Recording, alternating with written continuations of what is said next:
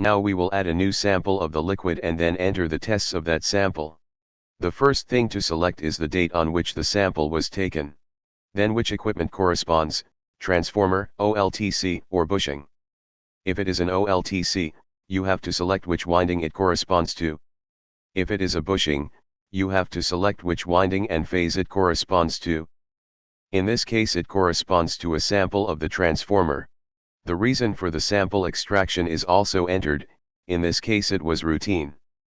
The place where the sample was taken and the person who took it.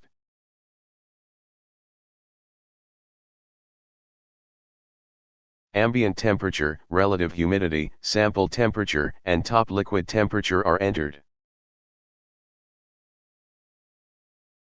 We also enter data about the OLTC, the actual position, the number of operations and the minimum and maximum position reached. Finally, a report with the sample data can be uploaded.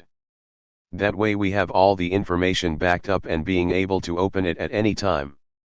Finally we save the sample in the database.